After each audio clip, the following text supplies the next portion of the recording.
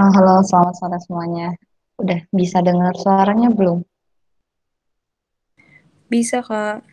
Oh, kita langsung mulai ya. Nah, eh, hari ini kita bakalan bahas confidence interval ya. Jadi satu materi sebelum yang tadi ibunya bahas. Jadi ini pertemuan kemarin, eh, ya pertemuan kemarin. Nah, ini asisnya. Nah, kita bakalan ngapain sih di pertemuan ini? Kita bakalan belajar tentang apa itu confidence interval. Kalau dari namanya kan kayak eh, interval ya. Kita mau belajar tentang suatu range. Range apa sih?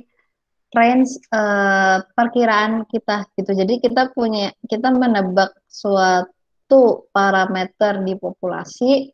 Nah, kalau kita nebak kan nggak mungkin eh, precise banget gitu ya. Nggak mungkin kita nebak 10 terus exactly population parameternya 10 gitu misalnya. Population minnya 10 kan nggak mungkin kayak gitu tuh.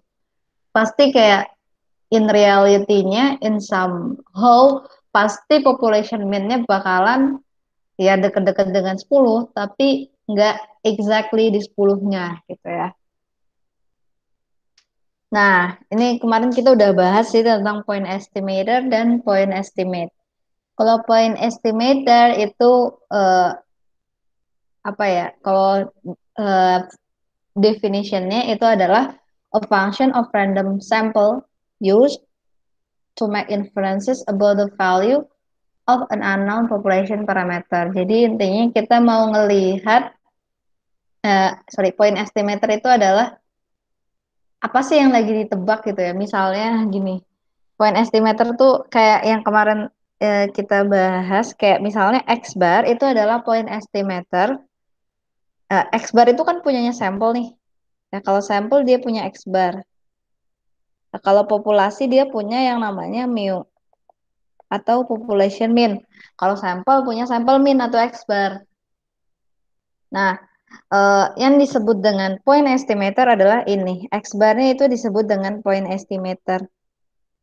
Jadi dia berusaha, dia adalah yang mengestimate suatu poin di populasi gitu. Jadi X bar ini berusaha mengestimate population mean-nya gitu. Nah, itu yang disebut dengan point estimator. Lah, kalau kita ngomongin point estimate apanya gitu. Kalau point estimate itu adalah hasil dari X bar-nya itu berapa. Kalau di contoh ini misalnya a statistics, misalnya yang ini, a statistics sections at a large university has 100 student. The scores of 10 randomly selected final exams are, jadi ada rata-rata dari 10 orang yang dijadikan sampel. Nah, rata-ratanya ternyata 96,5, 70 ya. Oh, kalau ini 70. Berarti 70 ini yang disebut dengan X bar-nya. Jadi 70 ini adalah point estimate dari population mean-nya gitu. Oke. Nah, itu bedanya point estimator sama point estimate ya. Sekarang kita lanjut. Nah, apa sih karakteristik yang harus dipunyai oleh suatu point estimators? Jadi kalau kita punya nilai X bar atau misalnya kita punya nilai apa lagi ya? X bar deh. Misalnya X bar ini kan sample mean. Nah, sample mean. Nah, karakteristik apa sih yang harus dipunyai oleh X bar supaya dia bagus, supaya dia bisa merepresentasikan nilai dari mu atau nilai dari population mean-nya. Oke, apa sih karakteristiknya? Pertama, harus unbiased, harus gak boleh bias. Ya, pertama nih unbiased, gak boleh bias. Nah, nggak boleh bias maksudnya apa? An estimator is unbiased if its expected value equals the unknown population parameter being estimated. Sorry. Nah, maksudnya ini ketika kita melihat nilai X bar-nya, jadi expected value dari X bar-nya itu sama dengan population mean-nya gitu. Jadi kayak expected value dari sesuatu yang mau kita lihat itu sama kayak population parameternya gitu ya. Oke, kalau efisien gimana? Efisien itu kalau standar errornya lower than that of other unbiased estimates. Jadi intinya dia dikatakan efisien kalau standar errornya itu rendah, ya. Terus lanjut, dia juga harus konsisten. Konsisten itu maksudnya apa? Maksudnya konsisten itu adalah kalau misalnya sample size kita gets larger, ya, kalau misalnya sample size kita semakin banyak kita ambil sampel, eh, estimator kita itu nilainya bakalan mendekati population parameter kita. Jadi SN-nya itu mendekati sehingga expected nilai X-nya itu bakalan semakin mendekati eh, gimana ya lambangnya. Pokoknya dia mendekati inilah mu-nya gitu. Jadi ada tiga karakteristik, ada unbiased, efisien, dan konsisten. Nah, kalau misalnya digambarin nih dalam suatu normal apa ya namanya? Suatu grafik gitu ya, suatu distribusi normal. Kalau digambarin di normal distribution, unbiased itu dilambangin di yang paling kiri. Ya, jadi kalau misalnya kondisi bias berarti kebalikannya unbiased. Bias itu berarti minnya tuh nggak sama kayak yang mau kita tebak. Kayak ini kan minnya di tengah, ternyata minnya tuh nggak sama, beda segini. Nah, ini disebut bias. Terus distribusinya harus efisien. Artinya efisien, standar errornya itu semakin kecil. Ya, kalau sorry, eh, ya poin estimator yang efisien adalah standar errornya kecil. Standar error kecil dilihat dari semakin tingginya, semakin tinggi apa nih? Semakin tinggi normal distributionnya. Jadi standar error itu makin, misal ya, ada yang warna hijau. Nah, ini tuh dia cenderungnya lebar gitu kan. Sama ada yang warna pink. Nah, mana yang standar errornya paling kecil? Yang standar errornya paling kecil adalah yang pink. Kalau yang hijau ini standar errornya lebih gede. Nah, mana yang efisien? Yang efisien jelas yang standar errornya kecil. Nah, ini disebut dengan efisien. Nah, terus kalau konsisten gimana? Kalau konsisten, walaupun, bukan walaupun, seiring dengan pertambahan N, ini kan N-nya naik nih dari 25 ke 50 ke 100 ya. 25, 50, 100, eh, apa nih? Poin estimatornya itu selalu nilainya sama gitu. Jadi itu yang disebut dengan konsisten. Nah, ini diingat-ingat ya. Oke. Nah, untuk rumus confidence interval itu ada banyak. Nah, mungkin kalian perlu eh, apa ya? Perlu memperhatikan sih. Jadi kondisinya itu sebenarnya ada dua. Dia kalau misalnya standar deviasi populasinya diketahui, jadi kondisi itu cuma ada dua. Kalau misalnya standar deviasi diketahui, berarti ini kalau sigmanya diketahui, sigmanya known. Kalau ini kalau sigmanya unknown gitu. Jadi ada dua dua kondisi ya, yang kiri dan yang kanan. Nah, kalau population mean, kalau misalnya sigmanya diketahui terus ngitung population mean, confidence intervalnya, jadi ini rumus confidence intervalnya, ini rumus confidence intervalnya, ini juga rumus CI-nya. Rumus CI-nya adalah yang ini ya, berarti yang paling kiri sendiri X bar pakai Z. Jadi kalau setiap sigma atau setiap nilai dari population standard deviation diketahui, kita pasti pakai distribusi Z ya. Jadi kalau ininya diketahui, kita pasti pakai Z distribution. Oh, itu udah ada deng di kotaknya ya, udah ada. Nah, pasti kita pakai standar apa distribusi Z. Kalau misalnya nggak diketahui, kita pasti pakai distribusi T. Oke. Nah, itu rumusnya. Kalau misalnya kita mau bikin confidence interval dari population mean, berarti rumusnya ini X bar tambah Z alpha per 2 bla bla bla bla. Kalau misalnya population proportion, kita pakainya yang tengah ini. Kalau misalnya sigmanya unknown, terus kita mau cari population mean, berarti kita pakainya yang ini. Ya. Nah, oke, sekarang kita pindah ke yang lain. Nah, apa sih rumusnya nanti kita simpan dulu, kita bakal latihan soal juga nanti, jadi kita pakai rumusnya langsung ya. Apa sih confidence interval? Jadi confidence interval itu udah range nilai. Range nilai, ya, jadi confidence interval provides a range of values that with a certain level of confidence contains the population parameter of interest. Intinya adalah kita kalau gambar nih distribusi normal, confidence interval itu adalah berapa sih range apa ya? Range kira-kira population parameter kita tuh letaknya di mana sih? Oh, letaknya antara ini sama ini, misalnya. Ah, ya pokoknya sekitaran inilah. Misalnya sekitaran inilah, sekitaran stabilo pink tuh. Nah, jadi kita tuh berusaha menebak range-nya gitu. Itu yang kita bahas itu yang dimaksud dengan confidence interval. Oke? Confidence interval sometimes refer to interval estimate. Jadi estimate itu kan tadi nilainya ya. Jadi berapa sih nilai-nilai itu, interval nilai-nilai itu tuh terletak di mana aja gitu. Jadi ya bisa letak di sini, bisa terletak di sini gitu. Intinya kayak kita tuh mau menebak sesuatu, tapi karena kita nebaknya dari sampel ke populasi, kan kita nggak bisa nebak secara langsung. Makanya kita pakai confidence interval. Tuh. Oke, nah eh, apa sih?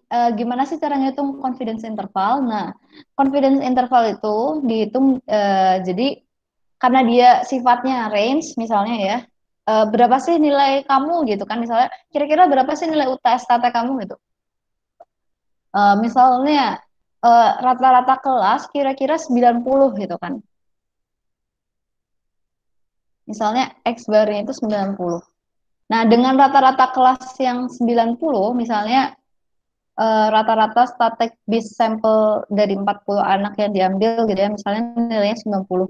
Nah, berapa sih kira-kira eh, berapa peluang nilai siapa misalnya nilai nilai kamu, misalnya berapa sih nilai kamu itu peluangnya, eh, berapa sih kira-kira nilai kamu gitu, kayak kita mau nentuin kayak dari yang diketahui X bar dari X bar yang diketahui berapa sih nilainya gitu kan. Nah, itu nilainya. Jadi karena ini range, ya kayak range-nya mirip kayak 90 plus sorry. Berarti confidence intervalnya nanti 90 plus minus margin of error-nya. Jadi kayak dari misalnya ini tengah-tengahnya kan ya, population minus 90. Nah, confidence intervalnya ya 90 plus minus margin of error. Jadi margin of error tuh luasnya yang ini. Yang ini. Apa? Sorry, lebarnya ya. Nah, ini yang disebut dengan margin of error. Ini margin of error. Jadi 90 ditambah margin of error sama 90 dikurangi margin plus error. Jadi kayak kurang lebih lah gitu. Tuh. Itu yang dimaksud dengan confidence interval. Nah, sekarang kalau contohnya kalau misalnya population mean, kita mau ngitung confidence interval dari population mean kalau misalnya sigmanya diketahui. Oke, kalau misalnya sigmanya diketahui. Ya, ini sigmanya diketahui. Ya, jelek banget. Kalau misalnya sigmanya diketahui. Oke, kita coba ya. Nah, kita bakalan mengenal ada yang namanya level of significance atau probability dari errornya. Nah, itu nilainya adalah alpha. Nah, kalau tadi kan kalau kita bahas confidence interval, meaning that kita mau menebak berapa sih nilai min yang di tengah gitu kan ya. Berarti kita mau menebak yang di tengah ini nih. Oke ya, kita mau menebak yang di tengah. Nah, sekarang ini kan eh, kalau misalnya wait, kalau kita misalnya nebak, pasti kita nebaknya tuh antara yang di tengah-tengah sini gitu kan ya. Kalau misalnya kita menebak di luar yang ini, berarti kita salah.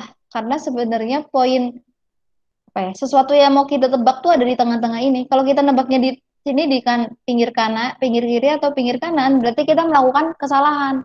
Nah, peluang kita melakukan kesalahan, peluang kita jatuh di kiri dan di kanan itu peluangnya adalah sebesar alfa. Oke, peluang alfa. sebesar peluang kita salah nebak atau peluang kita nebaknya itu di sini, peluangnya itu sebesar alfa. Nah, alfa ini disebut dengan significance level. Significance level. Oke, biasanya 5% bisa, 1% bisa, 10% juga bisa. Nah, itu apa namanya? Itu buat level of significance. Nah, terus ada juga yang namanya significance. Terus ada juga yang namanya confidence, level of confidence. Nah, jadi kan kita mau menebak yang di tengah ini kan. Nah, kenapa ini dinamain level of confidence? Karena misalnya ini luasnya 95% dari luas normal distribution-nya. Berarti kalau luas 95%, kita yakin 95% estimasi kita tuh bakalan jatuh di tengah-tengah. Tuh. Itu confidence interval. Sorry, itu level of confidence. Nah, level of confidence atau confidence coefficient itu dilambangin dengan 1 minus alfa. Jadi kalau yang di kiri kanan ini, kalau ditambahin itu adalah alfa. Ini kalau ditambahin itu nilainya alfa. Yang di tengah itu, karena kita tahu normal distribution luasnya 1, berarti yang di tengah itu 1 minus alfa gitu ya.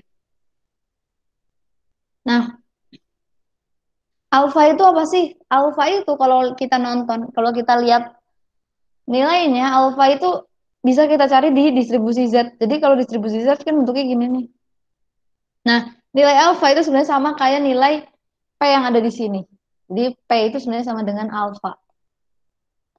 Ya, jadi itu eh, nilai alfa datangnya dari mana? Dari Z distribution. Atau nanti kalau kalian bahas kalau misalnya apa nih namanya sigma yang nggak diketahui, berarti nilai alfanya itu ada di T distributionnya atau di T tabelnya. Ini kalau misalnya pakai T-tabel kayak gini, ya, kita pakai tabel T, tapi kalau misalnya eh, population standard deviation-nya diketahui, kita pakai tabel Z, gitu ya. Nah, ini rumusnya, oke. Jadi rumusnya, oke, take it. Yang paling penting adalah kita bisa cari Z-nya, ini penting. Terus sama kita bikin confidence intervalnya. Rumus confidence interval itu yang ini ya. Nah, ini adalah rumus confidence intervalnya. Nah, ini contohnya ya. Kalau contohnya di sini tuh, berarti kalau di sini tuh contohnya nilai alfanya itu sama dengan 0,05. Nih, ini kan alfa kan ini ditambah dengan ini. Nah, jadi karena alfanya 0,5, kita bikin confidence intervalnya gini berarti. Confidence interval berarti sama dengan mu-nya ditambah ditambah kurang plus minus gitu ya. Z alfa per 2 ya kali sigma bagi alfa n. Sorry, bagi akar n. Oke, nah ini rumus confidence intervalnya. Ternyata begitu kita lihat di tabel Z, Z alfa per 2-nya itu nilainya 1,96. Jadi nanti confidence intervalnya itu ada dua. Ada yang mu tambah Z alfa per 2. Sorry, Z alfa per 2-nya kan tadi 1,96 ya. Tambah 1,96 dikali mu per akar N. Atau bisa juga mu minus 1,96 kali mu per akar N. Yang plus letaknya di sebelah kanan, yang minus letaknya di sebelah kiri. Gitu. Ya. Nah, ini contoh nih. Misalnya ya, eh, Andi ingin mengetahui nilai UTS Statek dengan mengambil sampel di kelas teteknya dengan rata-rata 82 pada 25 mahasiswa. Jika tingkat keyakinan Andi 95% dan standar deviasi populasi sebesar 3,5, maka pada rentangan berapa nilai UTS Andi? Nah, ini contoh soalnya ya, kayak nilai UTS. Nah, yang pertama harus kalian lakuin adalah, ya, yang pertama, kalian harus tahu, pertama, ininya noun atau unknown. Ya, karena di sini kalau kita baca soalnya, Ternyata standar deviasi populasinya diketahui sebesar 3,5. Berarti eh, kondisi atau kasus soal yang ini adalah kasus yang pertama, di mana mu-nya itu diketahui. Berarti kalau mu-nya diketahui, kita pakai rumus confidence intervalnya itu pakai distribusi Z. Ya. Karena kita pakainya yang ini, yang diketahui, berarti kita pakai Z distribution. Oke, pakai Z distribution. Yang kedua, baru deh kita bisa ngitung confidence intervalnya. Tapi sebelumnya kita ulak-alik dulu soalnya. Di soal tuh diketahui apa aja. Pertama nih yang di soal diketahui itu ternyata begitu diambil sampel dari kelas statek ya, rata-rata dari sampel atau rata-rata dari 25 mahasiswa itu rata-ratanya adalah 82. Berarti kalau kita nanti nulis di soal ujian gitu ya. Oh ya ngomong-ngomong kemarin UTS-nya itu gue yang ngoreksi ya. Jadi eh, gue takut nanti UAS gue juga yang disuruh ngoreksi. Jadi nanti kalau UAS tolong ya tulisannya yang bagus. Oke, biar gampang. Terus per stepnya juga kalau bisa yang jelas. Pokoknya kalau tulisannya bagus terus stepnya jelas, walaupun kalian salah, yang penting kalian udah nulis stepnya itu bakalan dapat more than half score. More than half score. Jadi misalnya nilai abjad A itu nilainya 5, at least kalian dapat 3 lah kalau kalian literally salah. Ya. Nah, berarti ini kalian kalau lebih bagus sih dikasih tahu dulu ya yang diketahui. Nggak harus langsung nulis yang diketahui berapa, tapi kayak kalian tulis dulu lah yang diketahui. Tujuannya buat memudahkan kalian juga sih. Berarti yang di sini yang diketahui rata-rata sampelnya 82. Rata-rata sampel berarti X bar. X barnya 82. Oke. Terus mahasiswa. Nah, ternyata 25 mahasiswa. 25 mahasiswa ini adalah sampel kita atau N kecilnya ya. 25 mahasiswa. Ya 25 aja nggak apa-apa. Kalau N besar itu jumlah populasi ya. Nah, terus di situ juga bilang tingkat keyakinan. Nah, tingkat keyakinan berarti apa bahasa Inggrisnya? Confidence level. Ya, tadi confidence level itu apa? Confidence level itu satu minus alfa. Ya, satu minus alfanya 95%. Di sini bolehlah kita tulis satu minus alfa itu 95%. 95% itu berarti 0,95. Nah, berarti alfanya berapa tuh? Berarti alfanya itu kira-kira 0,05 ya. Oke ya. Nah,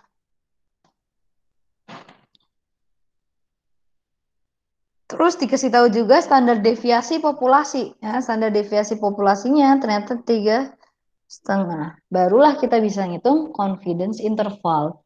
Nah, tadi kan waktu di kelas kalian udah belajar tentang ada yang namanya left tail, right tail gitu ya. Sama center tail apa sih? Center tail apa ya pokoknya yang di tengah lah, nggak tanpa tail, center ya, yang di tengah itulah. Nah, kalau confidence interval itu semuanya yang di tengah. Jadi kita tuh ngebahas yang two tail. Oh ya, sorry, two tail. Bukan yang left tail ataupun yang right tail, tapi kita bahasnya sekarang yang two tail. Kalau confidence interval semuanya bahas yang two tail. Nah, berarti kita cara ngitung confidence intervalnya ya udah. Berarti rumusnya pakai yang ini nih, yang warna kuning ini. Ya, X bar tambah.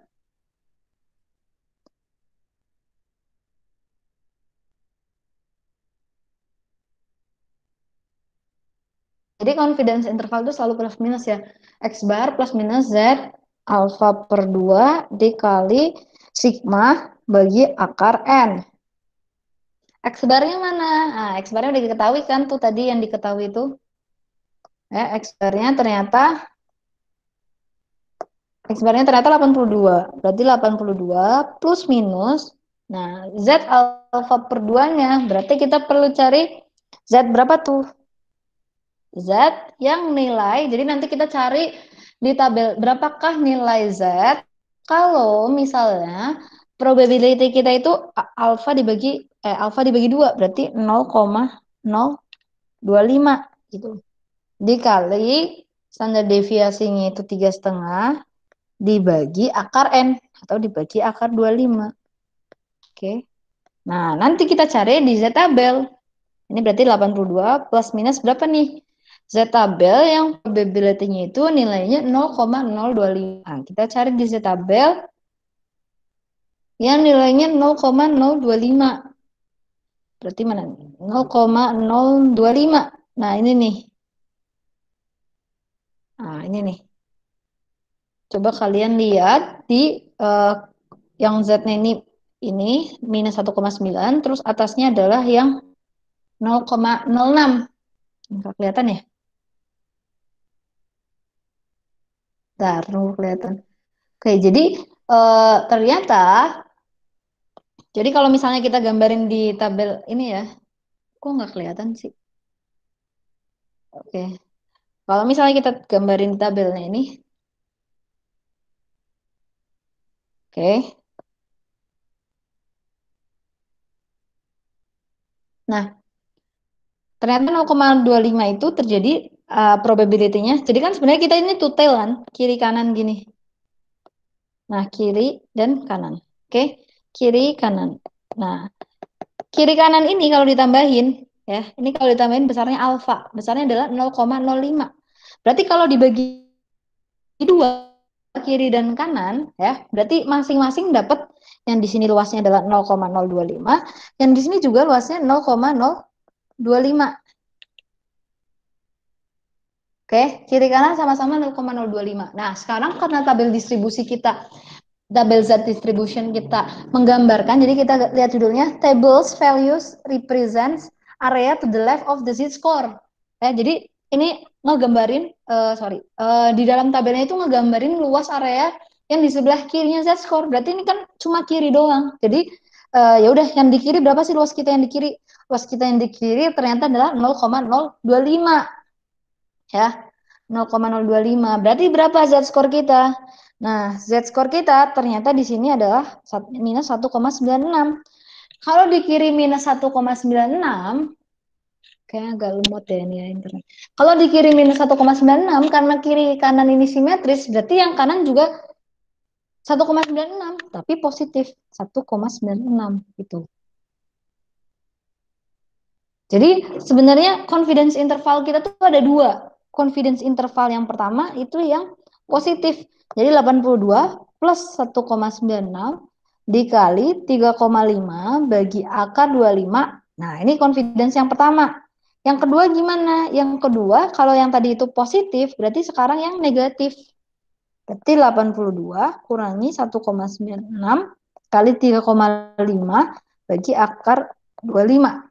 Ya, ternyata yang atas ini nilainya 83,37, yang bawah nilainya 80,63. Ya. Jadi kira-kira nilai UTS Andi itu antara 80,63 ya kan, yang paling bawah nih confidence interval yang di kiri. Ini kan yang kiri nih. Ini to the left, left tailnya ya. Ini right tailnya. Ini kanannya nih. Berarti yang kiri adalah 80,63, yang kanan adalah 83,37. Jadi confidence interval kita tuh di antara itu. Oke, sampai sini ada yang mau ditanyain nggak?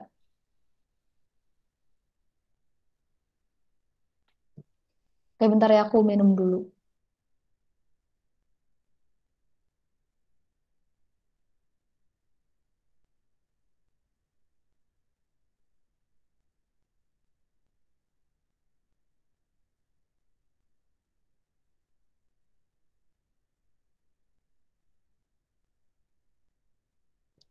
Oke, kalau nggak ada yang ditanyain, kita lanjut ya. Nah, sekarang kalau kasusnya, tadi kan kasusnya kalau kita ngitung population mean. Kalau sekarang ini kita ngelihatnya adalah proportion population proportion ya. Jadi populasi, proporsi dari populasi. Nah, syaratnya kalau population proportion ini ya, kita bisa pakai yang namanya central limit theorem. Nah, kita bisa pakai Z distribution, jadi kita bisa anggap dia pakai tabel Z. Syaratnya apa? Syaratnya dia harus memenuhi central limit theorem. Jadi syaratnya itu eh, coba kalian baca, first by central limit theorem, P bar can be approximated. P bar itu maksudnya sample proportion ya. Jadi segala sesuatu yang ada barnya itu punyanya sampel. Ini sample proportion.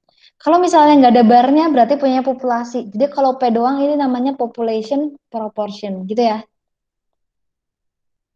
Oke, kita lanjutin. First, by central limit theorem, P bar can be approximated by a normal distribution for large sample, i.e. NP more than at least ya. NP at least 5 and sorry, ini harusnya sorry, ini dihapus aja ya. Kayaknya harusnya lambangnya kurang dari deh. Jadi kalian ngeliatnya yang ini ya. Jadi kita harus ngecek dulu. Bener deng. Bener apa salah ya? Oke, yaudah kalian lihat yang ini dulu ya. Kita harus ngecek dulu pokoknya eh, besarnya N atau jumlah sampel kita kalau dikali population proportion itu at least nilainya tuh 5. Nah, ini cut off-nya. Kalau kurang dari 5 berarti nggak bisa pakai Z distribution.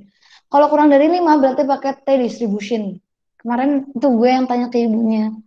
Yang kalau misalnya kurang dari 5 berarti kita pakai T distribution minggu lalu tuh. Jadi ternyata benar kalau misalnya kurang dari 5 berarti kita pakai T distribution. Tapi if N times P at least 5, we can use Z distribution. Dengan rumus ya confidence intervalnya itu agak beda. Kalau tadi kan yang di mean population, kalau yang di population mean itu margin of error-nya ya. Sorry, tadi gue lupa sedikit ngejelasin. Jadi ini yang namanya point estimate-nya. Nah, ini yang namanya margin of error-nya ya. Kalau yang tadi, kalau population mean, confidence intervalnya itu sama dengan X bar plus minus Z alpha per 2, ya kan? Dikali eh, alpha per akar N, ya kan? Nah, kalau sekarang pengalinya itu bukan alfa dibagi akar N, tapi pengalinya adalah akar pi bar kali 1 minus pi bar per N. Gitu, bentar aku lihat atas dulu ya. Wah ini kayak sekarang kita lagi bahas yang masih bahas yang ini ya, yang sigmanya diketahui. Tapi bagian yang population parameter.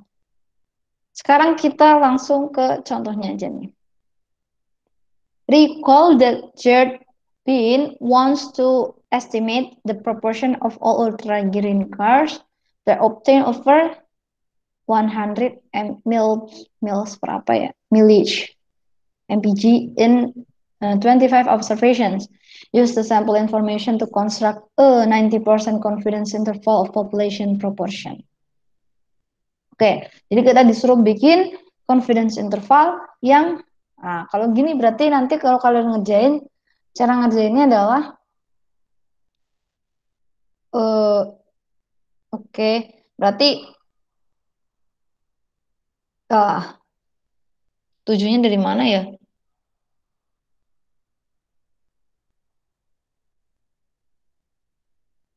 Oke, recall that wants to estimate. Oke, nah dari sini berarti yang diketahui pertama adalah N-nya ya. N-nya itu 25 observation, N-nya 25, terus confidence levelnya 90%, berarti 1 minus alfanya 0,9, berarti alfanya 0,1, ya kan? Jadi pokoknya alfa ditambah, sorry, significance level atau alfa ditambah confidence level atau 1 minus alfa itu kalau ditambah pasti 1 ya. Jadi kalau confidence levelnya 90% berarti significance levelnya 10% gitu. Oke, nah sekarang, oke, recall that the advance want to estimate the proportion that obtain 100 mil. Nah, sebenarnya kita agak kekurangan ini sih ya. Oh, tahu-tahu. Sorry. Dari soalnya itu dia mau ngeliat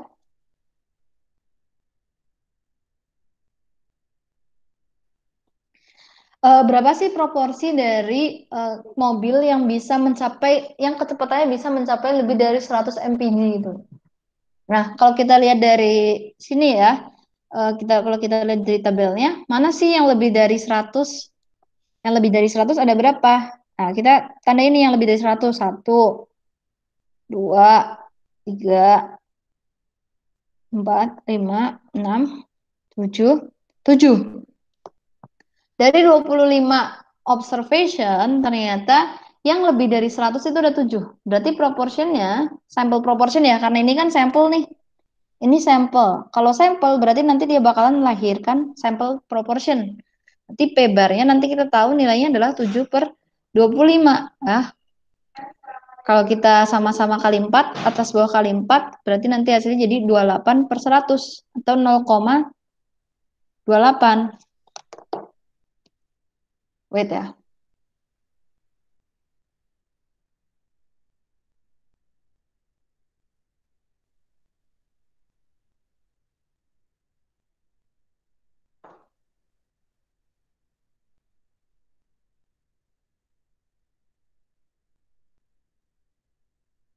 Oke, 0,28. Oke, nah first of all kita harus ngecek dulu dia boleh nggak sih pakai Z distribution ya. Jadi step satunya adalah eh, step satunya adalah kita harus cari tahu dulu apakah dia memenuhi NP sama dengan 5 apa enggak. NP at least 5 atau enggak gitu. Nah, kita hitung aja lah, N yang kita udah punya, nilai N-nya 25, P-nya 0,28. Kalau kita kali, ternyata hasilnya adalah 7. Ya, kan 7, berarti kita bisa menyimpulkan NP yang kita punya nilainya lebih dari sama dengan 5. Berarti memenuhi, berarti kita boleh pakai Z distribution. Ya, berarti dia memenuhi normality assumption yang dibutuhin di normal distribution gitu. Jadi kenapa kita boleh pakai Z distribution adalah dia memenuhi kalau dia udah kondisinya NP lebih dari sama dengan 5, berarti dia memenuhi normality assumption sehingga kita boleh menggambarkan dia dalam sebuah distribusi normal yang bisa digambarkan distribusinya dengan Z distribution. Okay, so that we can use the Z distribution here, ditulis ya di situ.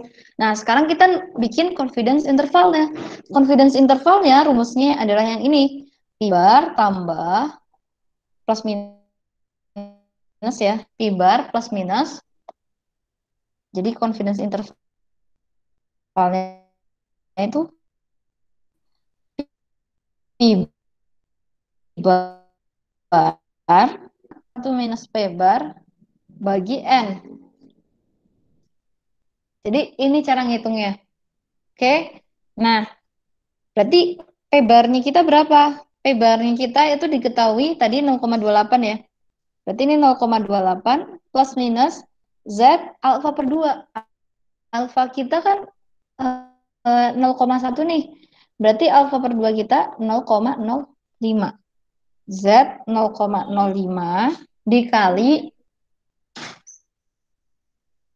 akar ya 0,28 dikali 1 minus 0,28 dibagi N-nya adalah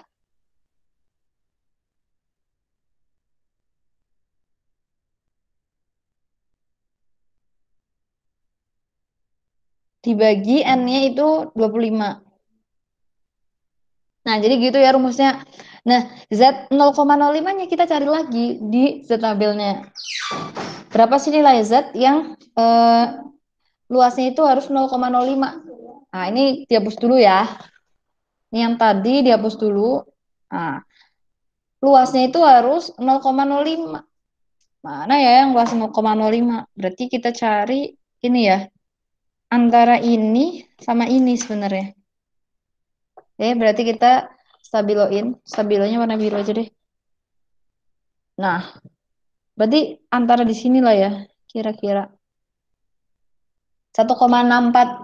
Ya, harusnya 1,645 gitu ya. Jadi ini kan di tengah-tengahnya. Berarti ya 1,64 antara 1,64 sama 1,65. Berarti kita ambil aja yang di tengah-tengahnya. Berarti kira-kira sekitar 1,645 ya.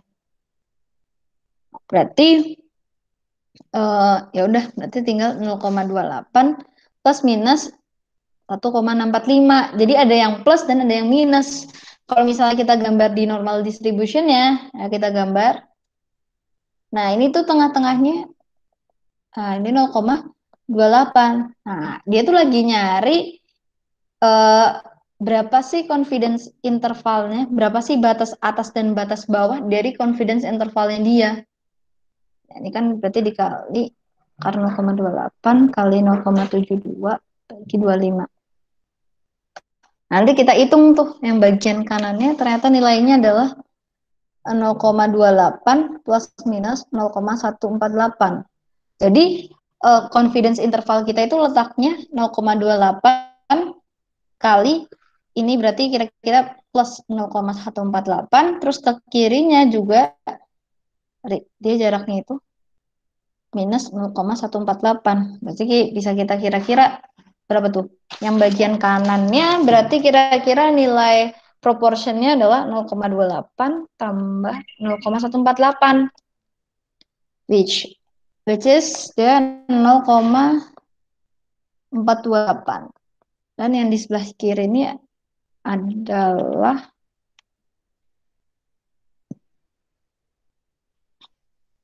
0,132 gitu. Jadi inilah confidence interval kita. Yang mana confidence intervalnya? Area yang diwarnain hijau, yang kuarsil hijau. Ini disebut dengan confidence interval. Jadi istilahnya kayak kita mau cari berapa sih range, eh, berapa sih range dari suatu parameter yang mau kita cari. Range-nya tuh kira-kira dia proporsinya ada di antara 0,132 sampai di 0,1428 gitu.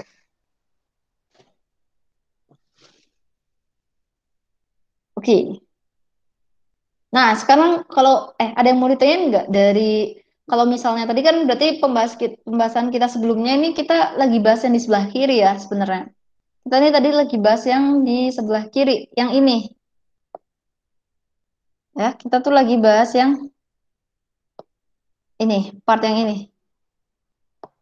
Kita lagi bahas part yang ini, yang sebelah kiri. Yang ini gimana sih? Yang ini. Ah, kita lagi bahas yang itu tuh. Ada pertanyaan? Oke, jadi kesimpulan yang bisa kita dapat sejauh ini ya, kalau kita bikin confidence interval, terus selalu ada yang di tengah dan ada yang di kiri dan kanan. Oke, tengah-tengahnya ini yang disebut dengan p-bar atau x-barnya, ya kan? Kalau population ya p-bar, oke. Kalau mean ya di tengah-tengahnya ini namanya x-bar. Ah, ini yang disebut dengan point estimate. Bagian tengah ini yang disebut dengan point estimate-nya kita. Oke. Kanan kiri plus yang di kanan ya berarti ini kan ditambah sesuatu terus dikurangi sesuatu. Ini yang disebut dengan ini margin of error yang di bagian kanan, ini margin of error di bagian kiri. Jadi kalau kalian ditanya berapa lebar confidence interval kita, lebarnya ya berarti width-nya itu berarti dua kalinya margin of error. Tahu kalau misalnya rumus margin of error, kalau misalnya di population proportion, margin of error itu rumusnya adalah Z alpha per 2 dikali akar P bar dikali 1 minus P bar dibagi N. Nah, ini kalau di uh, population proportion. Kalau yang di sini margin apa nih confidence intervalnya misalnya kalau yang di rata-rata kiri dan kanan, dan di kanan kita punya margin of error kanan, kiri juga kita punya margin of error kiri. Kalau kalian ditanya width-nya atau lebarnya, berarti lebarnya itu adalah dua kalinya margin of error, ya kan? Margin of error kan sama simetris, makanya dia nilainya sama gitu. Ini besarnya adalah 2 dikali Z alpha per 2 kali mu bagi akar N, gitu ya. Nah, gitu. Ada yang mau ditanyain nggak sampai sini? Jadi nanti kita bisa nentuin nih, eh, di sebelah kanan nih kalian lihat ada rumus mengukur margin of error yang diinginkan. Jadi kalau misalnya kita BM, kita pengen margin of errornya tuh nggak terlalu luas. Jadi kita bisa langsung dengan exact, nggak terlalu lebar ya, sorry. Ya, kita mau confidence interval kita tuh nggak terlalu lebar. Jadi menyempit. Kalau menyempit berarti misalnya di yang ini ya, di yang warna pink nih. Jadi kita cuma pengen margin of error-nya nih di area kiri kanan yang pink itu. Berarti kan semakin sempit kan? Nah, kalau kita butuh margin of error-nya yang pink ini, kanan, terus kiri, nah kira-kira berapa sih R yang dibutuhkan? Nah, kita tinggal ngotak-ngatik aja rumus margin of error. Gitu. Jadi kalau kamu udah ngerti satu rumus confidence interval, kamu bisa cari margin of error, bisa ngitung lebar dari confidence interval, bisa ngitung berapa sih jumlah sampel yang dibutuhkan kalau kita butuh suatu apa ya, kalau kita dibatasin nih lebar intervalnya gitu, itu bisa ditentuin. Gitu ya. Oke.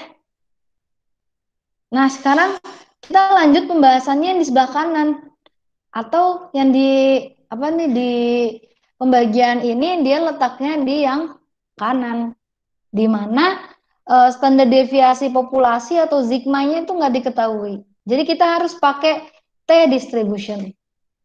Kalau nggak diketahui kita pakai T distribution. Kita move ke bawah ke bagian itunya. Nah, what if uh, gimana cara ngitung population mean dengan standar deviasi populasi yang nggak diketahui? Kalau standar deviasi populasi nggak diketahui, so we can use the sample standard deviation. Jadi kalau misalnya population standard deviation nggak diketahui, ya udah pakai yang sampel aja gitu. Pakai standar deviasinya sampel. Nah, nanti rumus confidence intervalnya we are not longer using the Z distribution, tapi kita pakai T distribution. Nah, gimana cara ngitung T distribution? Hampir mirip sama kayak Z distribution. Ini kan udah dibahas ya, di kemarin-kemarin tuh udah bahas ya. Kita pakai ngitung T distribution tuh gimana? Mirip sama yang kemarin kita udah hitung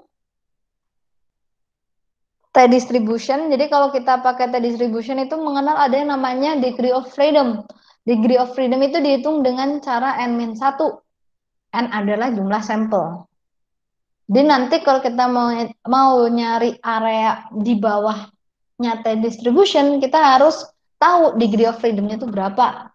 Karena ada banyak degree of freedom. Nah, semakin banyak degree of freedom-nya, semakin istilahnya semakin N-nya itu gede, semakin N-nya menuju tak hingga, semakin degree of freedom-nya itu juga, ya kan? Degree of freedom kan N-1. Nah, semakin degree of freedom-nya menuju tak hingga, sorry, degree of freedom itu kan N-1. Semakin degree of freedom-nya menuju tak hingga, berarti N-1-nya juga menuju tak hingga. Berarti ini sebenarnya sama aja N yang menuju tak hingga gitu ya. T distribution itu luasnya bakalan mirip sama kayak Z distribution. Jadi kayak misalnya jumlah sampelnya 500 gitu ya. Nah, itu udah hampir mendekati Z distribution gitu. Ah, ini buat ngitung eh, tes statnya ya. Tes statistik atau tes hitung. Ah, ini apa itu TDF distribution? Kalau kita ngomong T distribution, kita pasti ngomongin degree of freedom gitu ya. Karena nanti di bawah, coba ntar. T distribution itu mirip sama Z distribution, bentuknya sama-sama bell shape, seperti bell, dan symmetric around pusatnya ya. With asymptotic tails. Jadi tailsnya juga asymptotic, alias tailnya itu mendekati 0. Alias kayak ya hampir bersentuhan lah sama sumbu yang ini. Ini ya. Nah, ini kalau kamu geser ke kanan, kalau di zoom, ya normal distribusi di zoom dia itu nggak pernah saling bertabrakan, nggak pernah saling berpotongan. Makanya itu yang disebut dengan asymptotic. Sama kayak Z distribution, T distribution juga kayak gitu ya bentuknya. Tapi ada yang membedakan. Yang membedakan inilah yang kedua. Has slightly broader tails than the Z distribution. Dia lebih tebal bagian ujungnya. Kalau Z distribution dia lebih tipis, ya. Semakin N-nya kecil berarti semakin tebal. Tapi kalau N-nya semakin banyak berarti Karena n-nya semakin banyak, berarti dia semakin mendekati Z distribution, berarti nanti tailnya itu semakin tipis, gitu. Ini kalau n-nya makin banyak, berarti dia semakin tipis. Nah, kalau semakin tipis, berarti semakin mendekati Z distribution. Gitu ya. Nah, lanjutnya yang ketiga, consists of a family of distribution where the actual shape of each one depends on the degree of freedom. Jadi, bentuknya itu dipengaruhi sama degree of freedom. As df increases, the TDF distribution becomes similar to the Z distribution. Ya, sama kan kayak yang dijelasin di atas. It is identical to Z distribution when the F atau degree of freedom itu mendekati infinity. Semakin degree of freedom yang mendekati hingga distribusi TDF ini semakin mendekati distribusi Z gitu ya. Nah, ini ada tabelnya. Jadi yang di tabelnya itu dia uh, semakin rinci ya. Jadi nanti uh, kita itu kalau bikin TDF itu kayak ada dua yang mempengaruhi nilai T-nya. Alfa alfanya atau alfa per 2 sama DF-nya. Jadi kalau Z itu kan cuma yang mempengaruhi nilainya cuma nilai alfa per 2-nya doang. Kalau T itu yang mempengaruhi alfa per 2 sama degree of freedom. Oke, kalau alfa per 2 berarti nanti kalian melihatnya itu yang di bagian two tails. Nih, di bagian yang two tails ini, di bagian yang ini. Oke, misalnya two tails. Two tailsnya itu nanti deh sesuai soal. Takutnya kalian nggak kebayang. Nah, kalau kalian lihat nih di apa grafiknya ya, as the DF-nya gets larger atau gets larger into infinity, semakin gede. Kalau kita bisa lihat yang gede itu kan yang 50 ya. Yang 50 itu warnanya oranye. Nah, yang oranye ini dia semakin tipis. Lihat nih yang sama yang hijau, tebelan yang hijau. Ini kan yang hijau nih. Ini yang hijau, ini yang oranye. Nah, ini yang paling tipis. Gitu ya. Oke. Oke, nah contoh nih misalnya kita mau cari eh, berapa sih nilai T, sorry terlalu tipis. Berapa sih nilai T 0,025 DF-nya itu 2. Ah, berarti kita perlu cari yang total ya ini berarti. Kita buka T tabel ya. Kita buka T tabel DF sorry probability kita adalah yang 0,0 berapa sih tadi? 0,025 ya. Ada nggak 0,025? Nah, kalau ini agak beda sama yang tadi ditunjukin. Kalau yang ini berarti yang kecil itu dia menunjukkan kalau ini two tail. Berarti ini two tailnya. Ini one tail. Karena kita bahas confidence interval meaning that dia selalu yang two tail ya karena kita bahas confidence interval. Berarti ini yang 0,025 DF-nya adalah 2. Ya berarti kita ngelihat yang ini dong. Yang ini nih. Gedean. Jadi kita ngelihatnya yang ini. Yang ini. Jadi nilai T 0,025 DF itu ternyata nilainya adalah 4,3. Nah, cocok nih. Terus kalau misalnya T 0,025 5. Berarti kita ngelihat di tabelnya yang DF-nya 5. Nah, ternyata 2,5. Cocok nggak? Cocok. Sekarang kalau misalnya DF-nya 50. Degree of freedom-nya 50 berarti sampelnya mungkin 51 ya. Kita cari ini berarti kita turun ke bawah sampai nemu yang 50. Oh, ini 40. Oke. Nah, berarti 50 di sini nih. Nah, ternyata 2. Oke ya. 2. Mana sih? Oke, 2. Bener ya?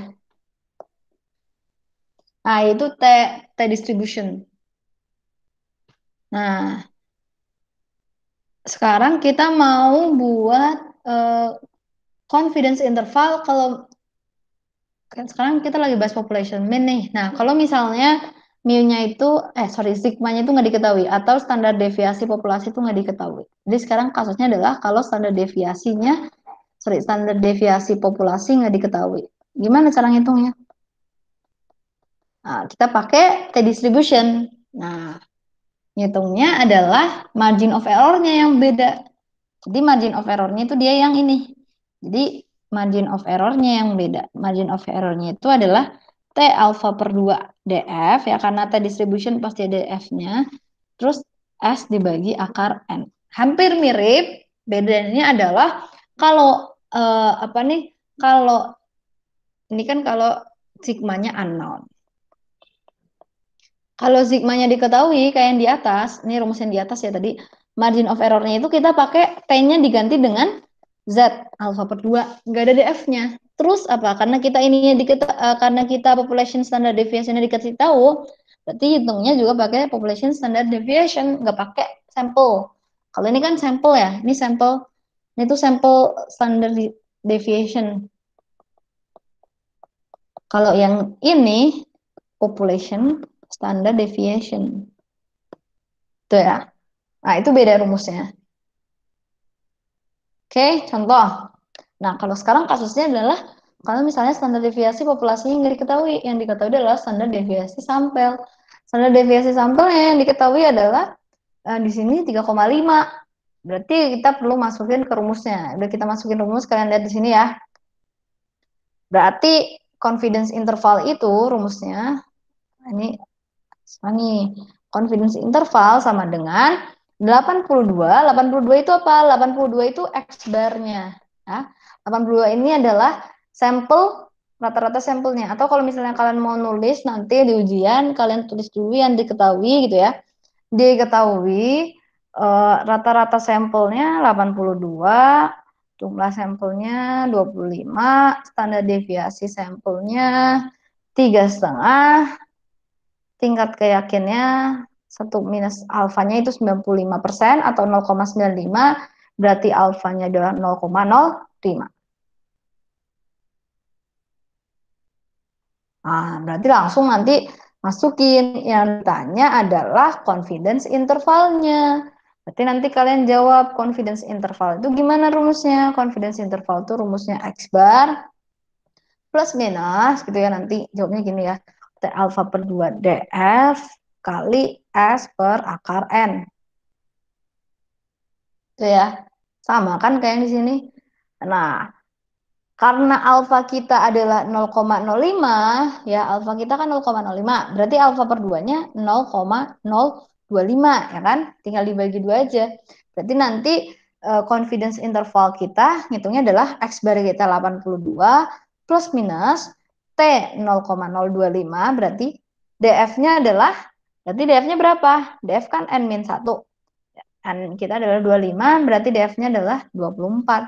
24 dikali dengan S-nya. S-nya 3,5 dibagi dengan akar N. N-nya 25. Gitu kan?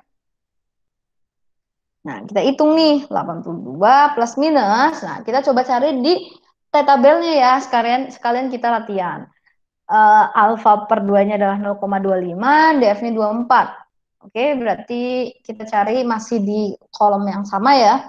0,025, tapi sekarang DF-nya adalah 24.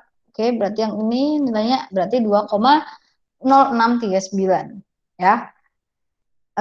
Nilai T-nya T 2,639. Berarti kita bisa ngebulatin jadi 2,064 ya. 2,064 dikali 3,5 bagi 5 gitu kan ya sebenarnya. 3,5 bagi 5 kan 0,7. Nah, jadi nemu lah kita confidence intervalnya itu 82 plus minus berapa? 2,064 dikali 0,7, 1,44. Jadi kira-kira kalau kita misalnya dibikin standar normal distributionnya, kalau saranku sih selalu digambar ya. Kenapa selalu digambar? Jadi kalian bisa membayangin. Nah, tadi gambar ini eh, X bar kita di sini 82. Oke. Nah, ininya berarti 82 kurangi 1,44. Berapa? 80,56. Batas kirinya berarti ini 82 dikurangi sama ini margin of error-nya gitu. Jadi ini minus 1,44, berarti yang di kanan itu plus 1,44. Berarti yang di kanan ini 83,44. Nah, kalau ini kita refleksikan ke T atau ke apa ya, direfleksikan ke T, kalau biasanya kan kemarin-kemarin kita ngedistribusinya ke ngerefleksinya ke Z ya. Berarti ini sekarang kita refleksiin ke 0,025, DF-nya 24. Nah, ternyata kita dapat nilai T di sini adalah yang tengah kan pasti 0 nih. Nah, kanan kirinya berapa nih? Kanan kirinya ternyata ini minus 2,064, yang kanan positif 2,064. Itu ya. Nanti kalau UTS kayak kalau UAS kayak gitu ya jawabnya. Oke, ada yang mau ditanya nggak sampai sini? Aku tunggu deh, sambil aku minum.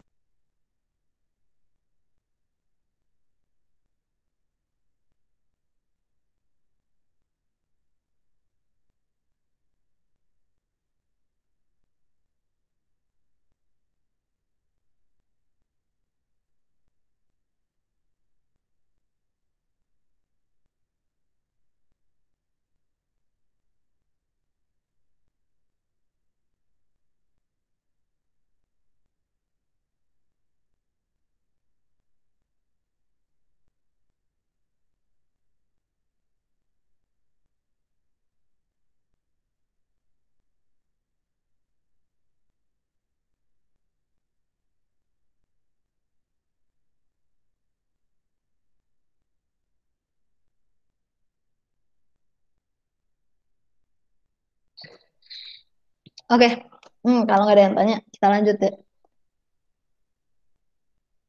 Nah, apa sih yang mempengaruhi CI? Apa faktor-faktor apa aja sih yang mempengaruhi confidence interval? Lebarnya, ya berarti si lebarnya sih mostly. Apa yang mempengaruhi lebar confidence interval? Atau apa apapun lah yang mempengaruhi confidence interval. Kita balik lagi ke rumus confidence interval. Rumusnya apa? Rumusnya X bar plus minus Z alfa per 2 eh, sigma bagi akar N. Kalau misalnya confidence intervalnya, ini kan kalau misalnya buat population mean dan ininya diketahui ya. Nah, kalau misalnya buat population mean tapi ininya unknown, nah rumusnya gimana tuh berarti? Rumusnya berarti X bar plus minus T alfa per 2 DF ya kan dikali S per akar N. Nah, ini kalau population mean tapi si apa nih namanya standar deviasi populasinya yang diketahui. Terus kalau population proportion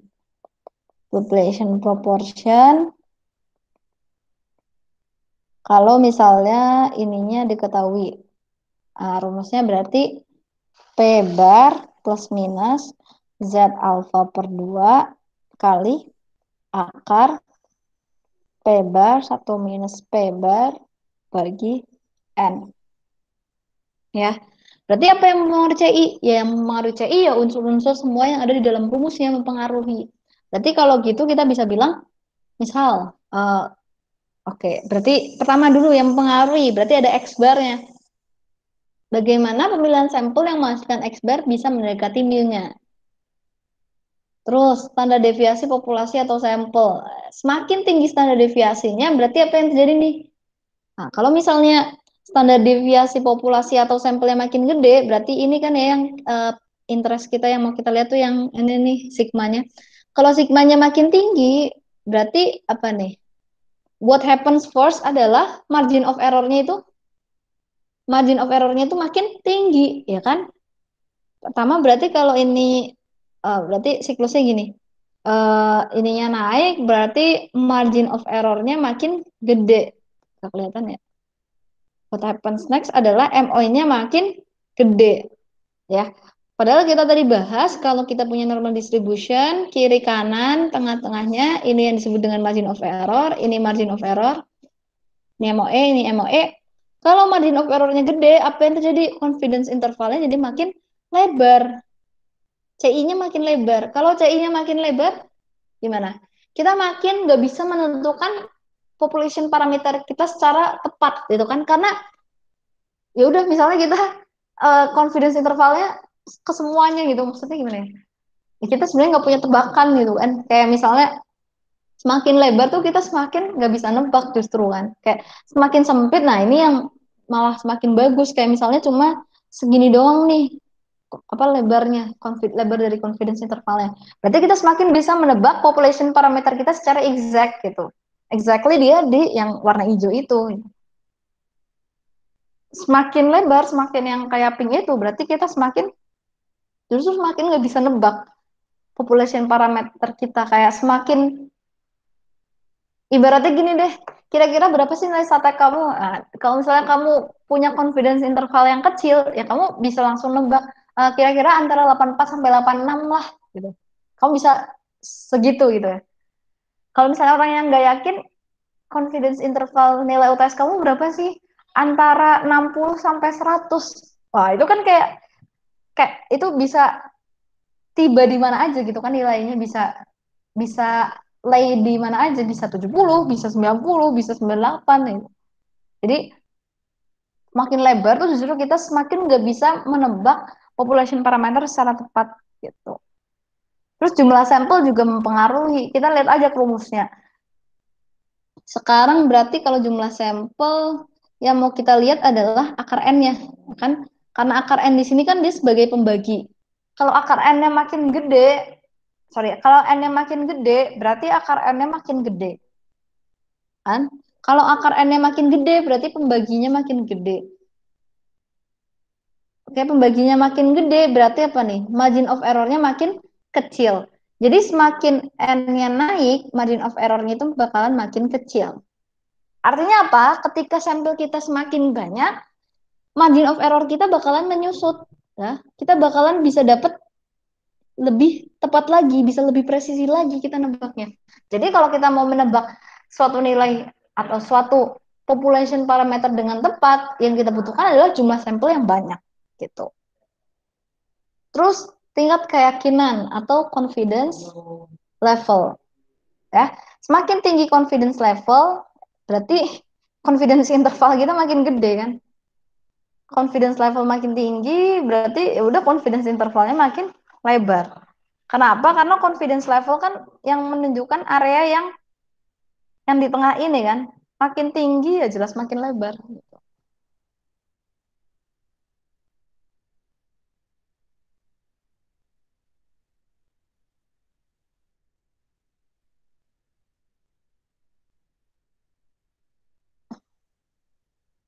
Oke, ada yang mau ditanyain nggak?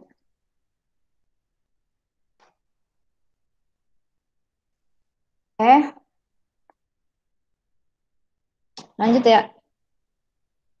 Nah, dengan begitu kita sebenarnya bisa ngitung juga sih. Kayak berapa sih jumlah sampel yang harus kita hitung kalau kita mau mencapai margin of error tertentu.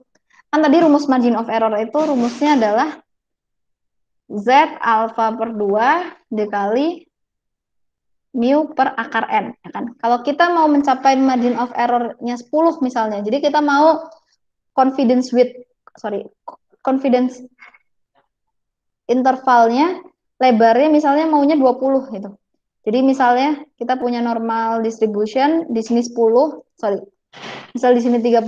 Nah, paling enggak confidence interval kita di sini 20, di sini 40 lah. Jadi lebarnya itu harus 40.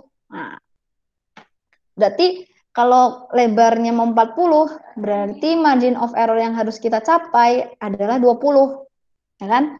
Gimana caranya mencapai sorry, lebarnya 20 ya. Sorry, lebarnya kan 20 nih, 40 dikurangi 20 kan? Wait. Nah, kalau kita mau 40 sampai 20 berarti lebarnya kan 20. Berarti kalau lebarnya 20, margin of error itu adalah lebar dibagi 2 ya kan? Karena mereka kanan kiri sama jadi margin of errornya 10. Oke. Berarti kalau kita mau mencapai margin of error 10, misalnya dengan Z alpha per 2-nya diketahui ya, misalnya ini 5%, misalnya 5%, jadi di sini 1,645 gitu ya.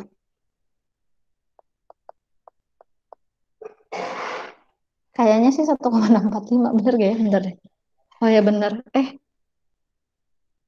Oh, salah. Jadi misalnya ya 1,645 karena alfa kita itu 10% ya. Jadi misalnya alfanya 10%, berarti nanti biar eh, berarti nanti itu sebenarnya kita bisa ngitung. Karena ini udah diketahui, zat alfa per 2-nya juga udah diketahui 1,645 ya. Ininya juga udah diketahui, pasti standar deviasinya misalnya katakanlah 3. Nah, sekarang kita tinggal nyari n-nya berapa kan? Jadi tinggal digeser-geser aja kan. Akar n-nya pindah ke sini, berarti nanti 1,645 kali 3 per 10 ya kan? Berarti nanti n-nya adalah yang ini hasil ini dikuadratin kan? Kuadratin ketemu deh n yang dibutuhkan berapa. Jadi basically kalian cuma perlu cuma cuma perlu nginget-nginget rumus confidence interval yang banyak itu, yang tiga. Kalau kalian udah bisa ngitung rumus pakai confidence interval yang itu, berarti kalian udah bisa ngitung margin of error-nya. Kalau margin of error-nya udah bisa ngitung, berarti yang ini kalian juga udah bisa. Gitu deh. Nah, ntar ya adan dulu.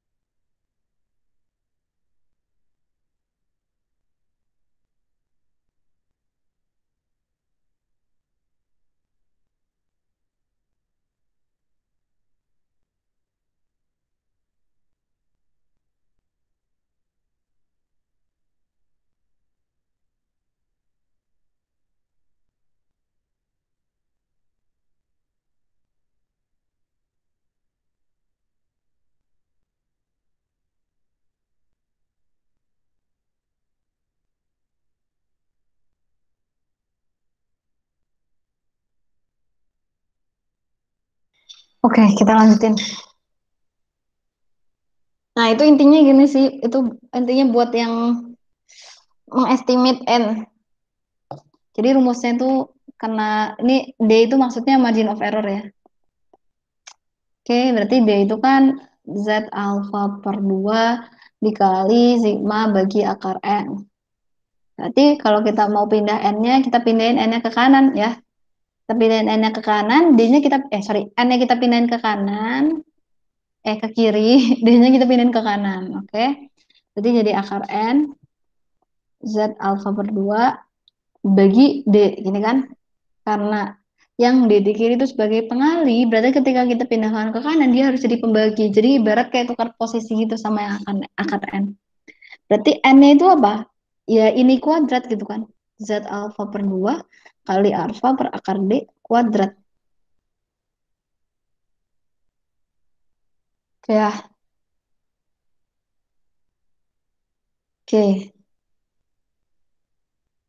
Nah, kalau misalnya ini dikasih tahu if sigma is unknown, estimate it with eh, sigma cap atau bisa pakai sampel standard deviation gitu.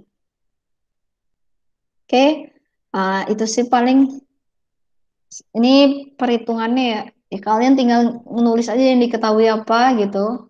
Tapi pasti yang di sini yang diketahui adalah ini alfa ya. Satu minus alfanya 0,9. Berarti alfanya 0,1. Alfa per 2-nya berarti 0,05. Oke. Terus apa lagi? Terus nah, recall that dia mau bikin suppose that shared would like to constrain the margin of error to 2 gitu ya. Further, the lowest MPG in the population is 76 and the highest is 118. Oke, nah apalagi yang diketahui? Berarti dia mau margin ini yang pertama ya. Dia mau margin of error-nya atau D-nya 2. Oke, terus dia mau apa lagi tuh? Yang nggak diketahui di sini adalah apa nih namanya? Ininya ya, apa standar deviasi populasinya kan nggak diketahui tuh. Nah, kita pakai standar deviasi sampel. Oke. Nah, ini kan soal yang tadi ya, yang Z-nya mana nih? Tadi kan ada tabelnya tuh. Nah, kita bisa ngestimasiin standar deviasinya dari sini.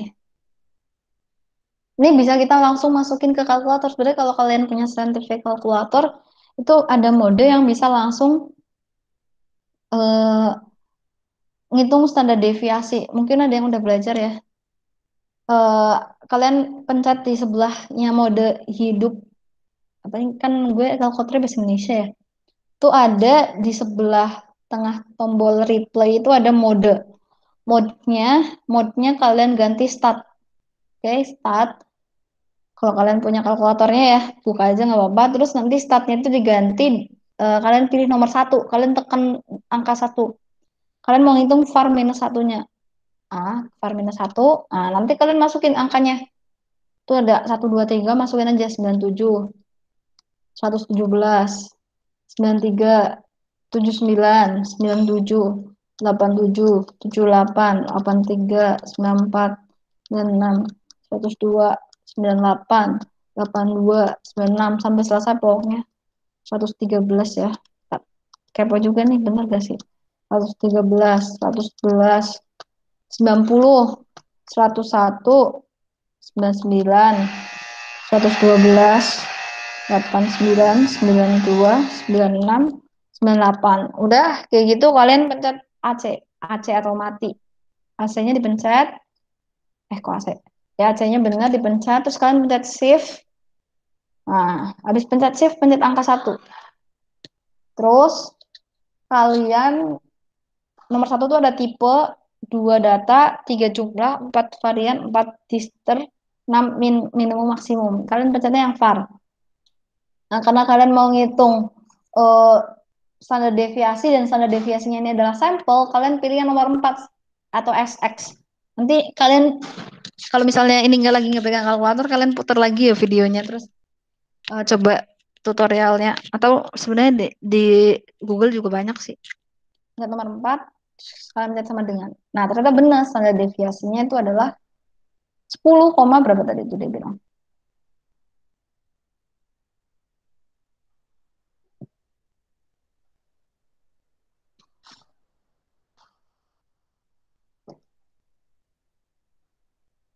10,5.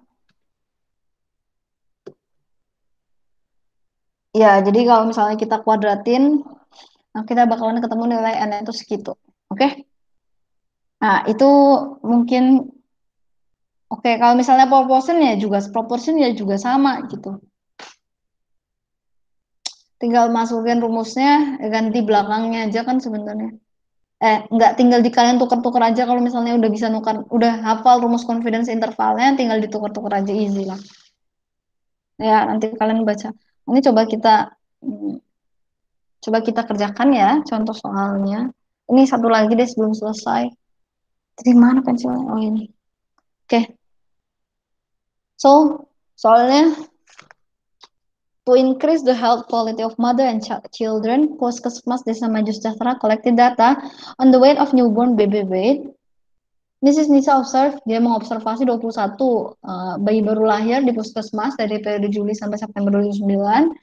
Dari survei tersebut didapatkan data-data berat badan bayi waktu lahir.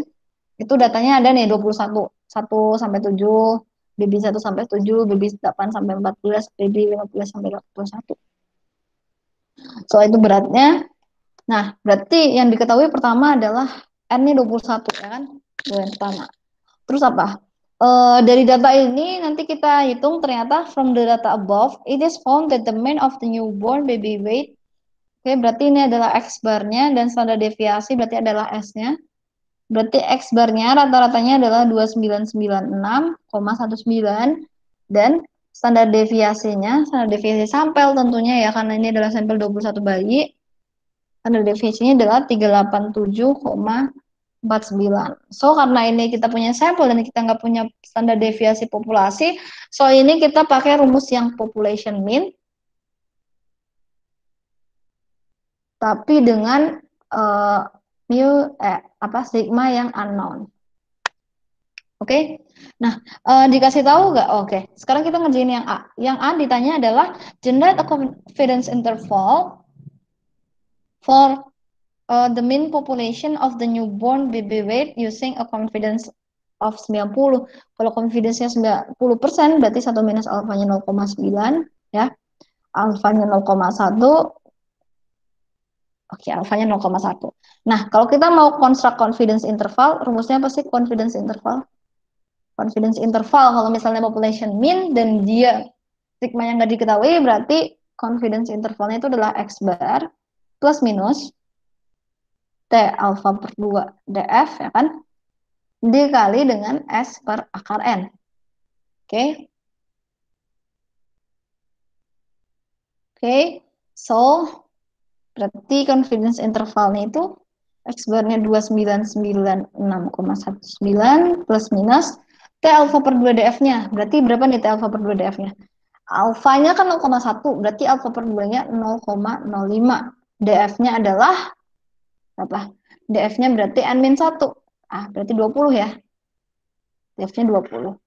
S-nya adalah 387,49 bagi dengan akar N.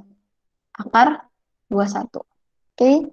Nanti kalian dapat confidence intervalnya itu kalau dihitung ternyata 299,6,19 plus minus 240, sorry. Kita coba cari T-nya dulu ya. Plus minus berapa nih? T-nya 0,05 ya. Ini aku hapus dulu semuanya. Berarti ini yang 0,05 ya sama 0,1. Berarti yang ini nih. Kita ngelihatnya yang bagian sini. Yang two tail-nya adalah 0,05, dia one tail-nya atau alfanya 0,5. Jadi ini tuh dia nge-represent alfa per 2-nya sebenarnya dan ini nge-represent alfanya. Nah, ini kan nilai kita kan. Berarti ini terus ininya adalah 20. Oke. Ya. Berarti ini adalah 1,32. 1,72. 4. 1,725 lah ya. 1,725 kali 387,49 per akar 21. Oke, kita hitung di kalkulator. Ini hasilnya nanti jadi, gue belum hitung. 1,725 kali 3, 1,725 kali 87,49 per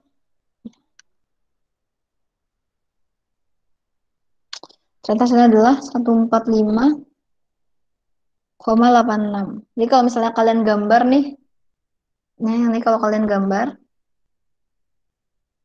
nah yang tengah-tengahnya ini adalah 2996,19. Nah, sedangkan margin of error-nya itu ke kanan itu dia berarti nambah 145,86. Berarti nanti jadi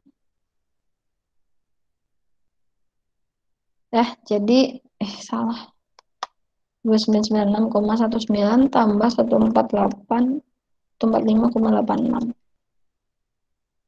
Kira-kira di sini nilainya adalah 3142. Nah, berarti nanti yang di kiri juga margin of error-nya berarti minus 145,86.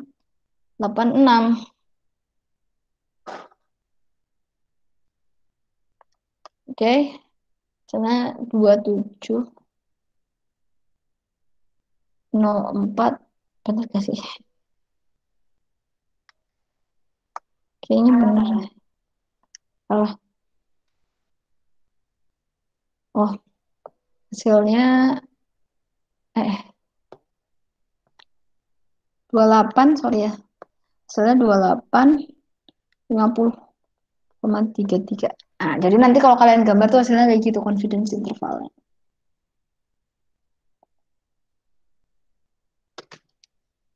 Oke ya. Nah, sekarang kalau misalnya confidence intervalnya naik jadi 99%. Nah, nanti kalian hitung nih yang B. Oke ya. Oke, terus kalau yang B caranya sama persis ya. Sekarang yang C, kalau misalnya kalian mau margin of error-nya, berarti kita mau D-nya itu not more than 10. Berarti D-nya itu kurang dari sama dengan 10 lah ya. Dengan satu minus alfanya itu 0,99, berarti alfanya itu adalah 0,01 itu ya.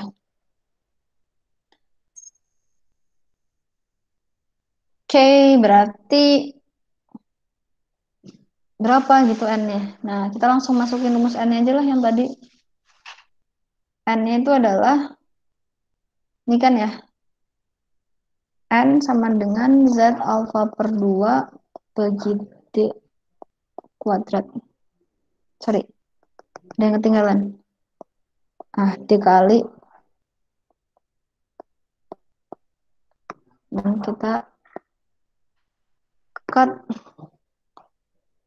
kita taruh di sini. Please. Nah, ini rumus N-nya. Nah, ini rumus N kita ya. Berarti Z alfa per 2-nya, berarti Z berapa nih? Alfa per 2-nya kan berarti nanti jadi alfa per 2-nya jadi 0,005 ya. Z 0,05. Jadi walaupun di atas kita ini pakai T ya, di bawah untuk N itu kita bisa pakai Z langsung aja nggak apa-apa. Kenapa?